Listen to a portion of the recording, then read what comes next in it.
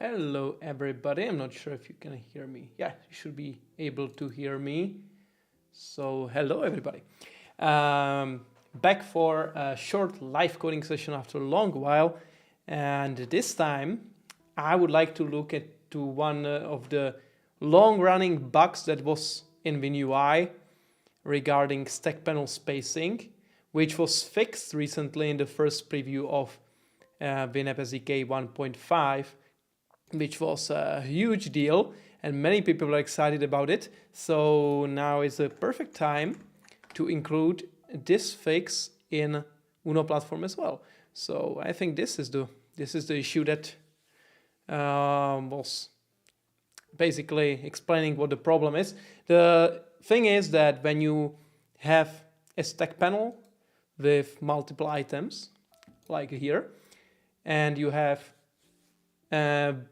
one of those or multiple of those items are collapsed. Previously in WinUI, the spacing between the buttons, between the first button and second button, and the second button and third button was preserved. So there was basically double spacing, even though there was no element displayed. And many people had to work around this with many weird fixes and workarounds, and actually there was a custom version of StackPanel created just to fix this specific bug. So it was a long-running bug which was annoying everybody, and now it's fixed. So let's implement it in Uno as well. So let me just adjust this. And hello Dominic. Hello Dominic. Yes, it is one of the things that was driving people crazy. And now finally we have a proper fix directly in WinUI. So let's see how it. Let's actually see how it behaves, because it's worth seeing first to understand what the difference is. I have two different projects here with the same linked main window XAML, so they both have the same XAML, and I will run it here. So this is WinUI 1.4 and earlier, where you can see when the button 2 is not visible, there is a huge space between these two. And when I switch to 1.5, you will see the spacing will be half what we saw before. So this is what you expect, because you have spacing of 50, so there should be spacing of 50 between the two items which are visible, which is not the case when there is a collapsed item between them. So the 1.5 behavior is what we currently have in Uno platform as well, because we are aligned with WinUI, so we are also aligned with their bugs and quirks in behavior. But now that it's fixed, it's safe for us to fix that behavior as well. So let's start working on that. So I will switch to master, get a new branch, and let's try to fix it. So let's go with spacing StackPanel,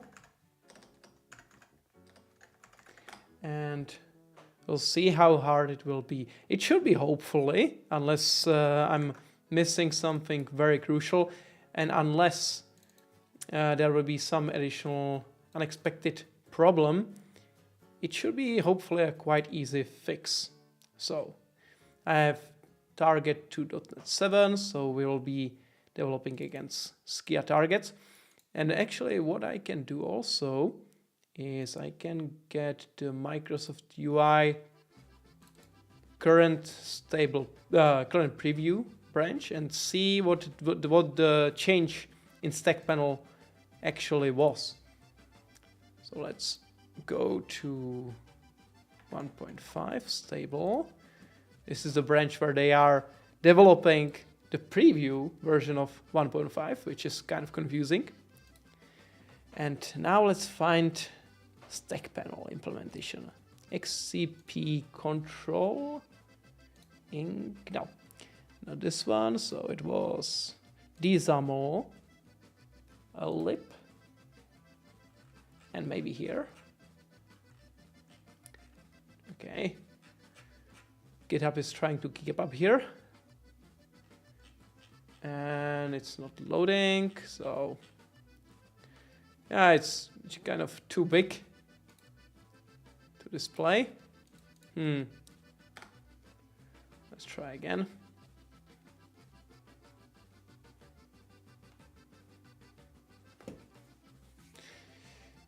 Okay, and Edge froze completely, which is nice. So let's do it locally. Maybe it's gonna be faster than this. So source, no, XAML, XCP, XAML, lib, and here we should have StackPanel partial. I'm not sure if it's the partial file. Okay, let's do it like this. I will just open VS Code directly here, and maybe that will make things easier for me to... Yes, typical match, unfortunately. What is your so far experience with the new Arc browser on Windows? Is it good? Is it getting better? Right, here we have StackPanel measure override, and StackPanel arrange override. Those are the ones that I want, but I want to see that file history. So I will try again here with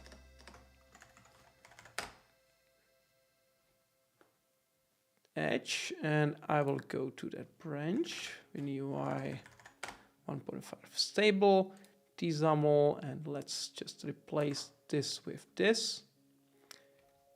Is the full path? It doesn't seem to be. There is 1D is more. Okay. Let's see. All right, here we go. So this is the latest version, and I think if I go... So this is probably the change that fixed the problem. So I will do git blame. Maybe we'll see the... All right, actually I can go with just file history here. And if I compare... What is the compare here? I want to see the last commit in this file. Specifically this file, but this will give me the whole thing, which will be hard to load again.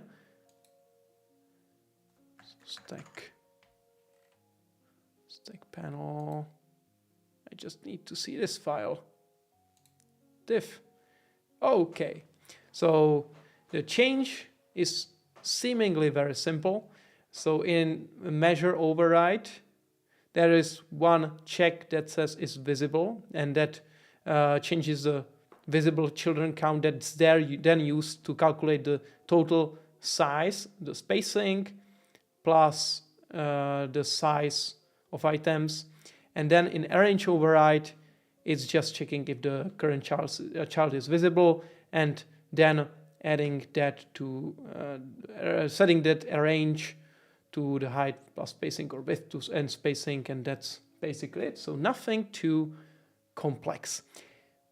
But there is one important catch here, because we don't currently have the ported version of StackPanel from WinUI. We have our own implementation, which we are going to be updating to the WinUI code. We actually have an open PR for it. But the current implementation is not yet exactly the same. So we will have to implement it ourselves instead of relying on the exact code changes from WinUI, which will make things a little bit more interesting, because I will have to kind of think through my own solution instead of just copying pasting the real solution from WinUI. But hopefully it's going to be still quite doable. So this is the file where we'll be doing the changing. So this is the StackPanel.layout file, which contains all the layouting things, so measure override and arrange override. And we need to properly implement it, we need to implement tests first, because we need to make sure that the change is properly tested. So I will just kill this app for now. So we need to make sure it's properly tested. So I will create some basic tests, a few basic tests to cover this scenario. So StackPanel, and we will have some spacing test. No. So what I will do is I will create a new test method, and we'll call it task when spacing all visible. So this will be just basic test. What happens when all the items are visible and there is applied spacing? So I'll be verifying the total spacing, the total height of the control. So let's do a StackPanel, and there is something from Copilot already. So the StackPanel has spacing of 10. I don't need this because I want it to measure it automatically. So I will do window helper dot window content equals StackPanel, and I will make it vertical. That's going to be easier to see. And then what I want to see when it's loaded, I want to make sure that assert are equal. The height, total height should be 20 times 3 plus 10 times 2. So we have two spacings, and free items displayed.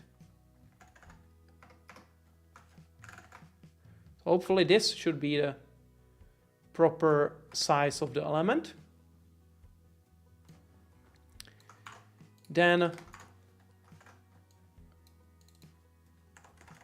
we want to have all collapsed. So this will be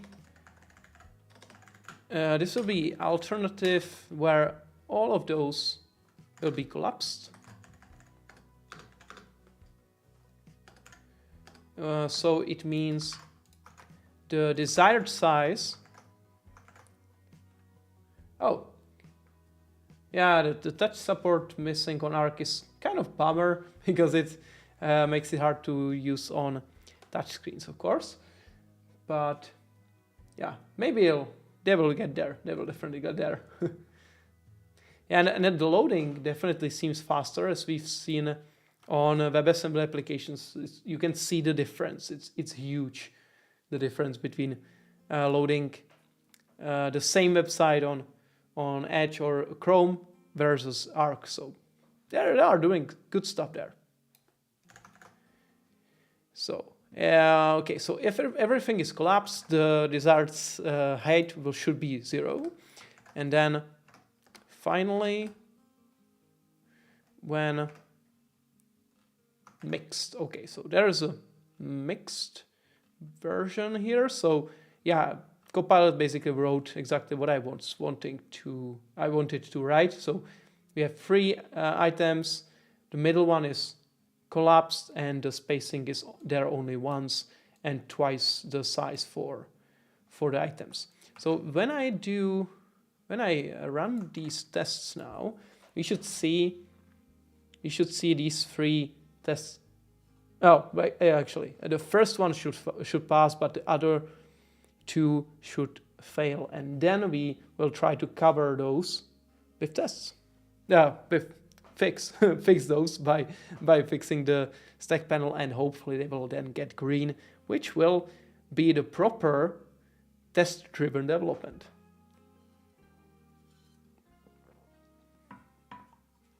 The good thing is that these runtime tests, are running across all the targets. So it's running on Android, iOS, WebAssembly, and Skia. So I just write this test once, and it should get then verified on CI against all the targets that we have. So that's a good thing, that I don't have to really run it locally on all the different devices, and I just can rely on the fact that the CI will test it properly for me. But actually, we can try one more thing here. This is the new playground in our samples app, which allows us to quickly test things directly in the first main page of the application. So if I run this, we should see the same behavior as we saw on Windows. So there's the double spacing, I think. So if I remove this, you can see that number 2 was added, collapsed. So visibility equals collapsed. So now there is that button missing, and if I remove it completely, the space becomes smaller. So the bug is there, so we can see it visually here. But now let's run this and space sync and run this here. So we can see, as expected, 2 tests failing and 1 test is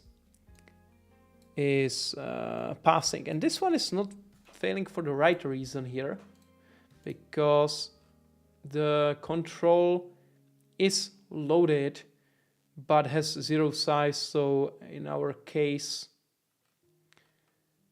we are not handling, we are not waiting for the right loaded event instead. So apparently it seems that this case where everything is collapsed is correctly handled. So let's maybe do this a different way then. And I will do we'll just subscribe to StackPanel, load it, and I will just do the proper check for loading. So it's loaded, true. I will have the boolean is loaded, and then I will do wait for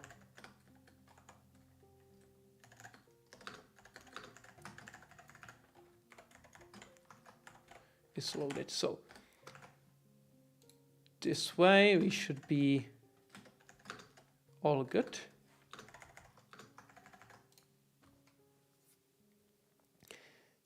And we'll see if this now passes, because in that case the case where everything is collapsed is handled correctly, so that would make things easier for us.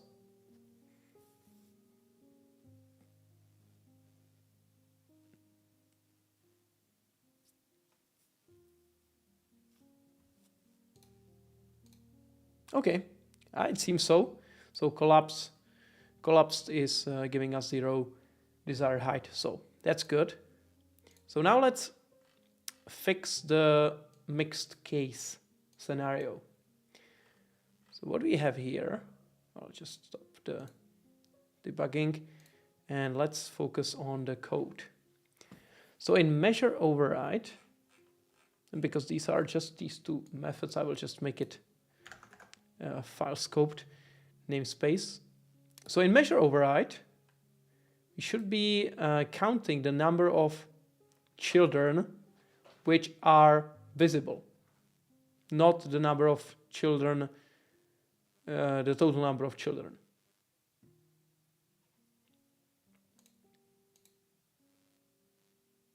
So we have this add spacing boolean here, which decides if the spacing should be added, and currently it's checking just if we are on at the end of the list of children. But instead we should do something along these lines where we check if the child is visible and then we skip the spacing. So we can do is we can take this is visible. So we have the view is UI element, so that's good. So bool is visible equals visible. So if it's visible, then we add the spacing. So the condition should be we're not at the end, and also we are visible. So that should take care of this part.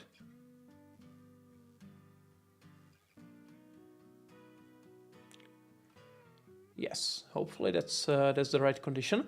And now in arrange override, we need to make sure that we are arranging correctly when the child is not visible.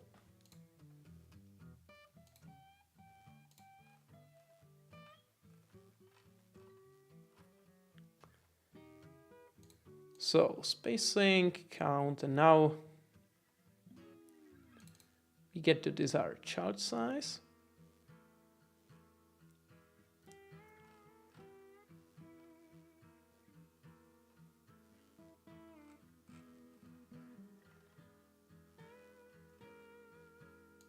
So again, we have the same check, same kind of check here, even though here it is reversed. So we have at spacing if we're not at the first index. So if we're not at the first index and view visibility, or rather let's do it. Oh, it's fine, I think. So visibility is visible. So this will be taking care of the check if the spacing should be added. So maybe, because this is readable enough, so I think we can just do without that Boolean variable. So it's aligned on both sides, even though now this part is not aligned with this one, but We will be porting the StackPanel code anyway, so it should be still good enough.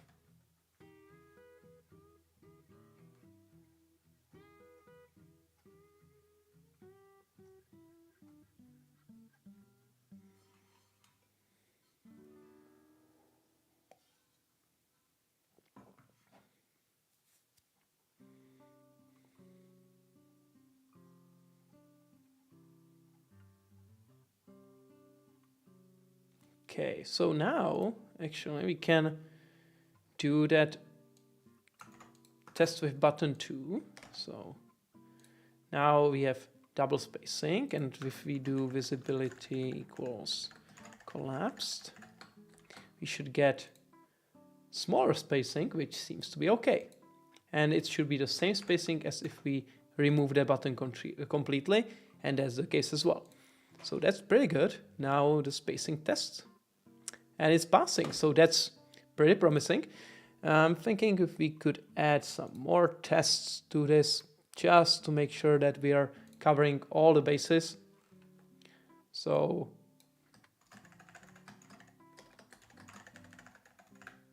I will do one more test to see if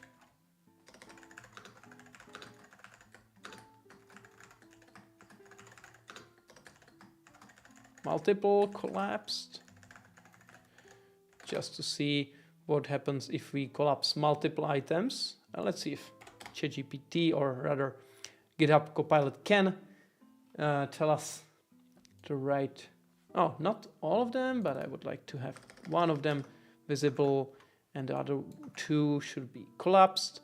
So now we should have desired height of 20. And what we can also do is we can check the same thing for both orientations. So what I would like to do is do data row and do orientation, just to make sure it works both ways. Orientation vertical, horizontal, and the same thing here.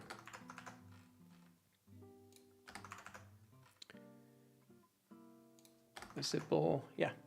So now this means that we need to check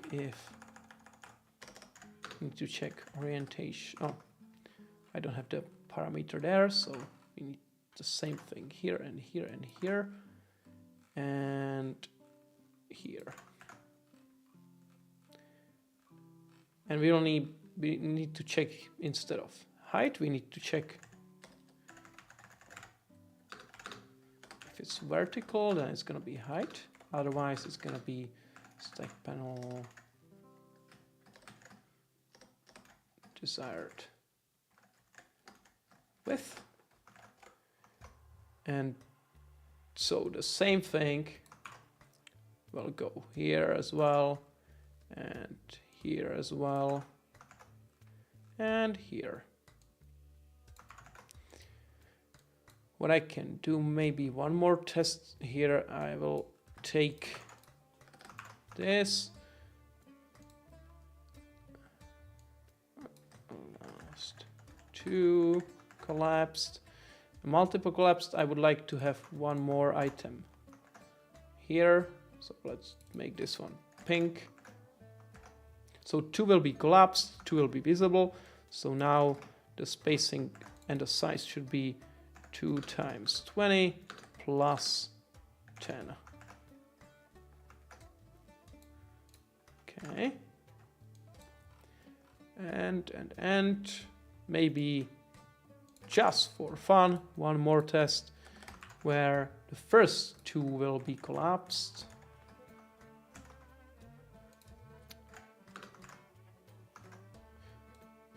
Or maybe a good one would be this one. So now the middle one is visible, but the outer ones are both collapsed. So the space should be, there should be no spacing, and there should be just one item there.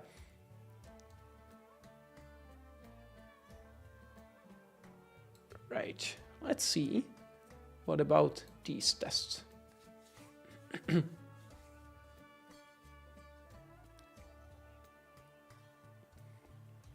Because this one might actually fail as I think about it, because this one is collapsed. We'll be on the first index, and then we will be adding the space for the item which is not supposed to be there. Exactly, so we'll have multiple fails. So as you can see, adding enough tests is always beneficial. So when spacing all visible is failing for horizontal, that's weird. Let's see. What did I do wrong here? This one shouldn't be failing. Oh, of course. Quite important is to put the orientation actually in the control. Otherwise things don't make sense. All right.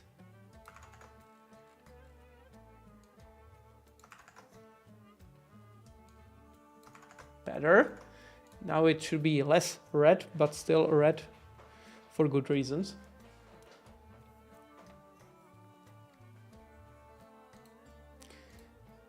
Yes, so we have two failures now. One is the last two collapsed and one is outer collapsed. So let's work on the last two collapsed first. I think that will be easier. So in StackPanel layout, we need to make sure that measure gives us 20 and so this one. This should give us 20 and the arrange should also give us 20. So right, so now, oh, this will be a bit of a trick here because we are getting measures for many other things, not just for our intended stack panel. So yeah, oh well. What I can do is I can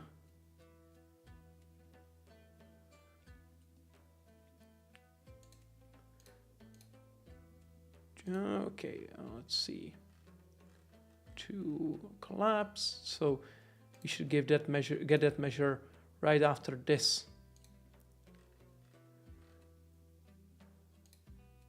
Okay, so we 3 items. Spacing is 10, and now we get the first item, and we are trying to add the spacing even though we shouldn't be adding it because the next item is not visible, so that doesn't make sense to add it. So maybe the better thing to do will be to have first visible,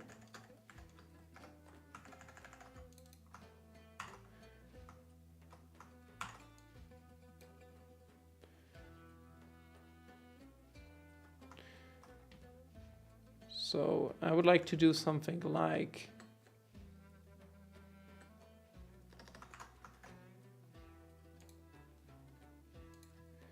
we'll add the spacing before the item if it's not the first visible child, and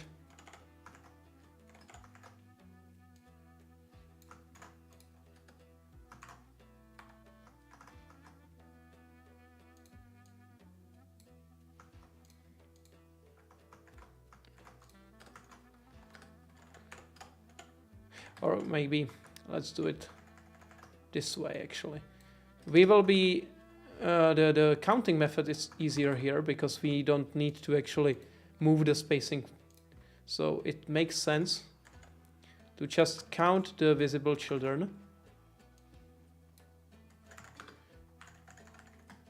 Visible children count.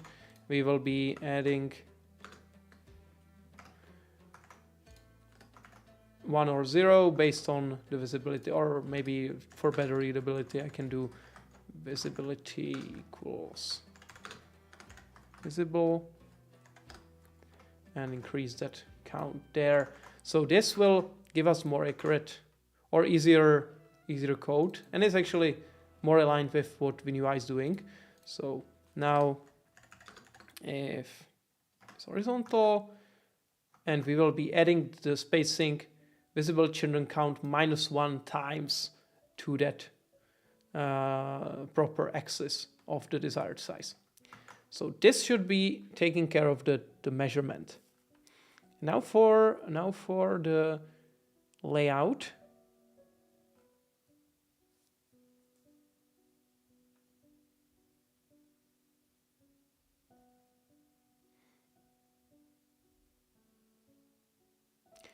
I think we should be adding the spacing before the element, and only in case it is actually needed. So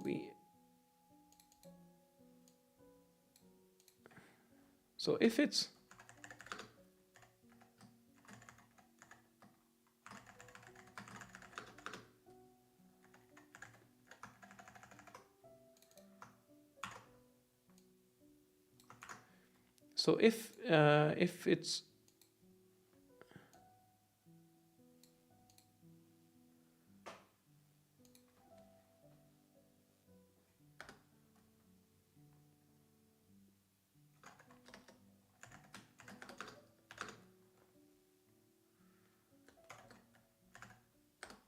if it's not the first visible child and it's visible, so this will give us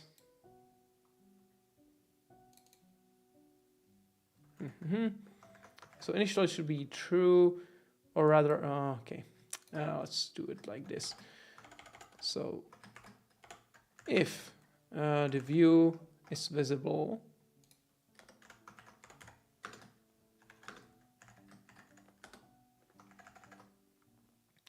and it's the first visible child, so this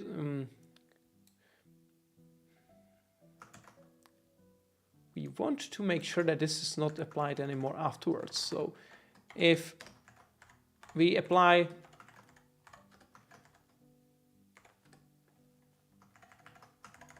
it's not the first visible child, yes.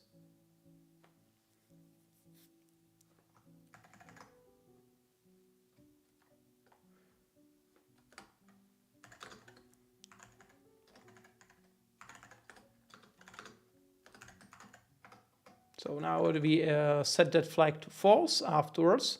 So for the next round, if the view is visible and we know that it's not the first visible child, and we add the spacing. If we had a number of invisible elements, and then one of the next ones would be visible, we would still keep this its first visible child to be set to true. So then that spacing would be set to false properly, and we wouldn't add the spacing before the first visible element. So yeah, all right. So I hope this is correct. And now the thing is that instead of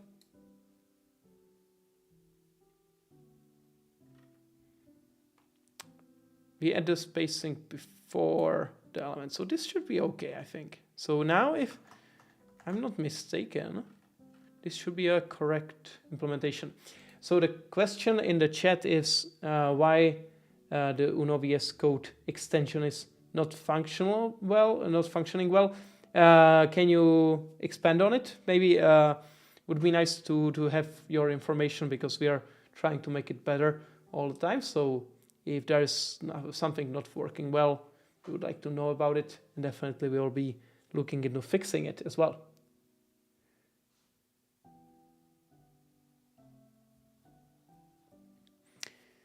Okay, last two collapsed, so we should get our stack panel.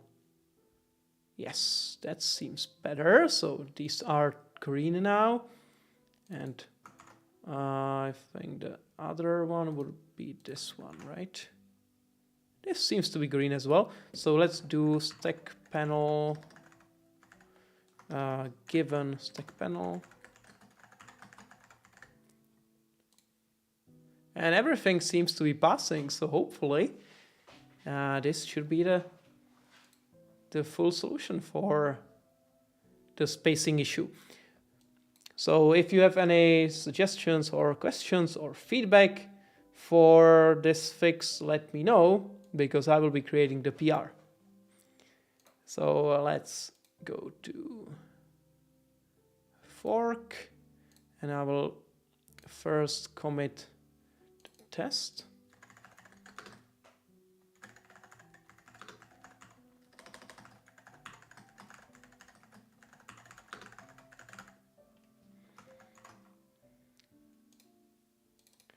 And then the fix as well.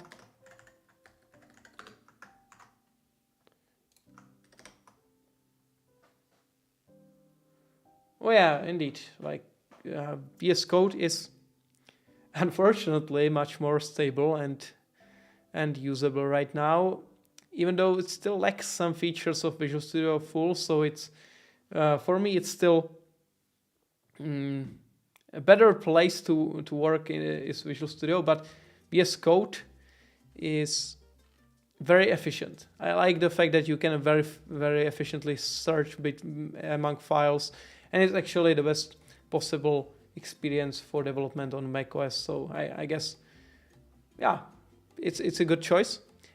And our extension should be working. So if you have any specific suggestions or problems with it, please create an issue or just ask on Discord or GitHub discussions, because we want to make it as good experience as possible, especially because Visual Studio for Mac is no longer there. So VS Code is basically the way to develop on Mac. So I want to make sure that any feedback is recorded and fixed. Hello, Lambda. How are you? Right, so I think we can commit this. I will just link to this issue from Microsoft. This one. So.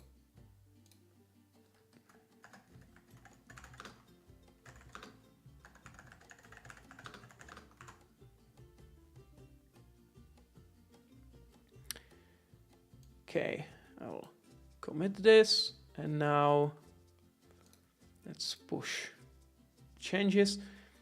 So our fix should be now ready to become a PR. Well, I'm not directly maintainer of the VS Code extension, but we have I have contact to everyone in the team, of course. So I am happy to forward the feedback to anyone who is to the people who are actually maintaining those parts of the code base. I did implement some small parts of the IntelliSense support way back, but since then it has changed significantly. So I'm not even sure if any of the code that I wrote is still there. So definitely we are happy to look into any issues. And actually I will create also an issue for spacing. Let's see if there is already some issue talking about this. Doesn't seem so. So I will just create a new one.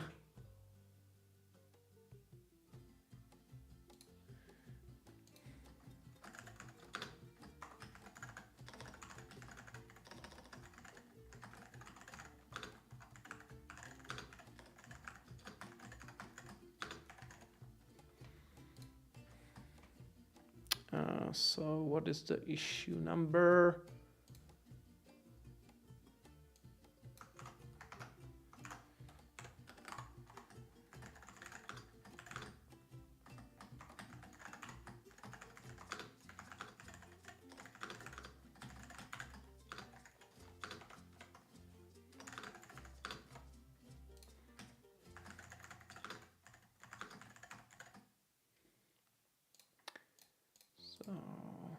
Layout, and it was a easy one, right? So starter.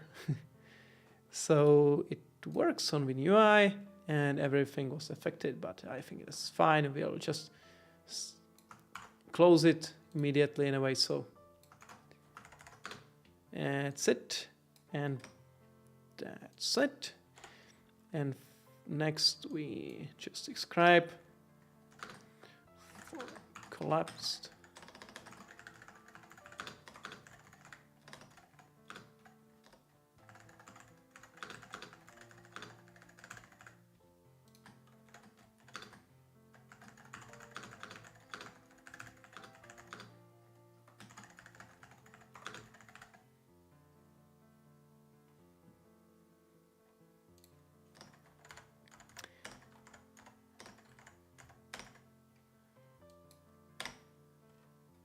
Right, create pull request. So what we should do after the build is done running, we should also validate the screenshot tests, because those show any discrepancies between the behavior before the changes and after changes. So if something would change in an unexpected way that would indicate something got broken, that might be something that's not covered with tests, and we need to also make sure that it's fixed.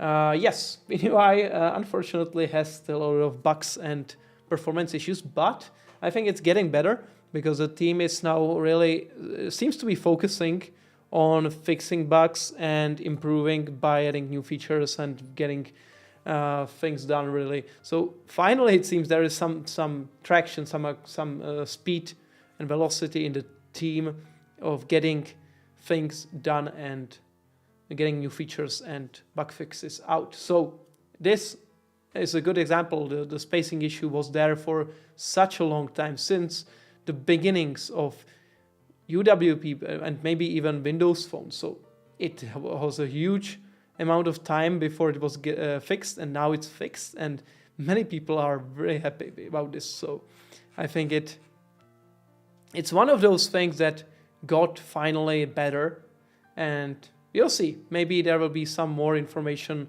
about where WinUI is at build. So we'll see. The question there in the chat is, how do you get better as a developer?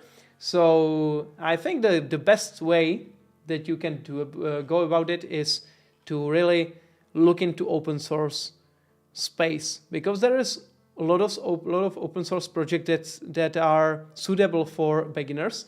And I actually started out as app developer, but then I found Uno platform, started contributing, and I must say that I would never learn as many things as I do now when I'm contributing to Uno, because there is so many things that you learn when you're writing code that runs on all different platforms and all different targets. So definitely, like, open source contributions are a great way to learn from people who are more experienced than you and can give you guidance and can help you really learn and contribute things to actual real world projects that are there in open source community. So open source is a great way to go. And also, of course, just trial and error and developing your own projects, because I started as I mentioned, as a app developer. So I was building applications back then for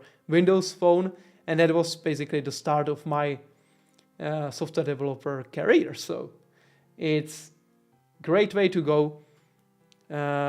Building just some projects for yourself, or something, projects that are related to something you're passionate about, because then you can learn more quickly and more efficiently, and you also create something that you yourself can use and what can benefit you. For tips to learn Git, I'm actually, if you're asking for Git, there are many good tutorials on YouTube, but you could also go to Microsoft Learn Git, because they have introduction to Git tutorial, and it goes through the real basics of Git as a source control and what it does and how you go about using it. So I sent the link in the chat So you can go through this one. It's really into the basics, the very basics of Git, and then you can take on something more advanced, because there's of course a lot of depth to Git. So you get started with this, and then you can expand on that. And if you want to learn GitHub and Git, I have started doing a GitHub Foundations course on YouTube. So you can see that you can follow this one. It's not yet finished because I'm still working on it, but there are 3 videos out there already, and you can continue with go along as I create more. But yeah, I think this is good. It's a good start. And actually, I think there are in the GitHub section you can go with. And many of those learning paths are good to start with. And I think there was a specific learning path for GitHub Foundations. Foundations. Oh, not here, but yeah. Let's see, GitHub Foundations. So there is the certification from GitHub that you can get for the intro to Git and GitHub.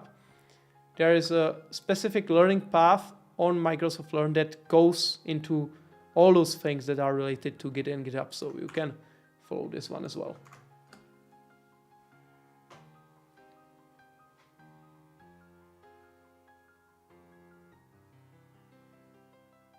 I mean, if you're so the question is, when you are a C# developer, MAUI developer, and want to work with US companies, I guess, and are not proficient in English. So I think like so if I just take UNO platform as an example, we have many non-US developers. Actually, none of us is native US based developer. We have developers in Brazil, we have developers in Egypt, we have developers in Australia, we have developers in Czech Republic. So I'm in Czech Republic with Dominic, who was in the chat before.